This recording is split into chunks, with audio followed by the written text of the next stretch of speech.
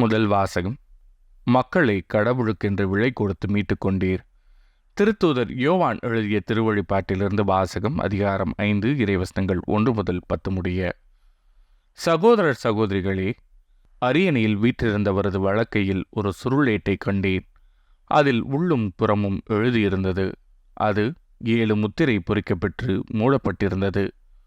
முத்திரைகளை உடைத்து ஏட்டை பிரிக்க தகுதி பெற்றவர் யார் என்று வலிமைமிக்க வானதூதர் ஒருவர் உரத்த குரலில் முழங்க கண்டேன். நூலை திறந்து படிக்க விண்ணுலகிலோ மண்ணுலகிலோ கீழுலகிலோ இருந்த எவராலும் இயலவில்லை. சுருளேட்டை பிரித்து படிக்க தகுதி பெற்றவர் எவரையும் காணவில்லையே என்று நான் தேம்பி அழுதேன்.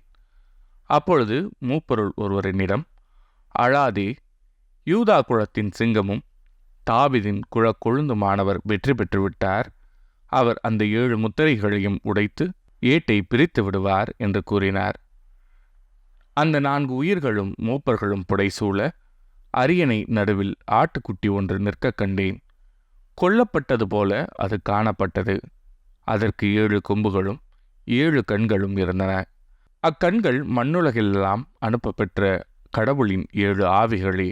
ஆட்டுக்குட்டி முன் சென்று அரியணையில் வீற்றிருப்பவரின் வழக்கையிலிருந்து அந்த ஏட்டை எடுத்தது. அப்பொழுது அந்த 4 உயிர்களும் 24 மூப்பர்களும் ஆட்டுக்குட்டி முன் வீழ்ந்தார்கள். அவர்கள் ஒவ்வொருவரும் யாழும் சாம்பிராணி நிறைந்த பொற்கிண்ணங்களும் வைத்திருந்தார்கள். இறை மக்களின் வேண்டுதல்களே அக்கிண்ணங்கள். அவர்கள் புதியதொரு பாடலை பாடிக்கொண்டிருந்தார்கள். ஏட்டை எடுக்கவும் அதன் முத்திரைகளை உடைத்து பிரிக்கவும் தகுதி பெற்றவர் நீரே. நீர் கொல்லப்பட்டீர். உமது இரத்தத்தால் குலம், மொழி, நாடு, மக்களிடம் ஆகிய அனைத்தினின்றும் மக்களை கடவுளுக்கென்று விலை கொடுத்து மீட்டு கொண்டீர். ஆட்சியுரிமை பெற்றவர்களாகவும் குருக்களாகவும் அவர்களை எங்கள் கடவுளுக்காக ஏற்படுத்தினீர். அவர்கள் மண்ணுலகின் மீது ஆட்சி செலுத்துவார்கள். இது ஆண்டவரின் அருள்வாக்கு. இறைவா, உமக்கு நன்றி.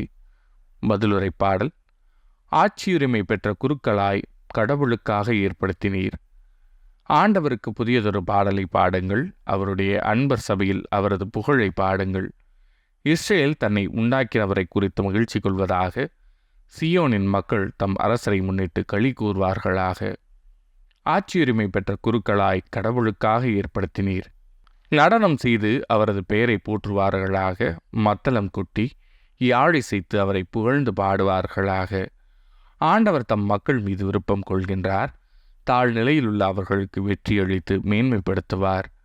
ஆட்சியுரிமை பெற்ற குருக்களாய் கடவுளுக்காக ஏற்படுத்தினீர். அவருடைய அன்பர் மேன்மையடைந்து களி கூறுவாராக. மெத்தைகளில் சாய்ந்து மகிழ்ந்து கொண்டாடுவாராக. அவர்களின் வாய் இறைவனை ஏத்தி புகழட்டும். இத்தகைய மேன்மை ஆண்டவர் தம் அன்பர் அனைவருக்கும் உரித்தானது.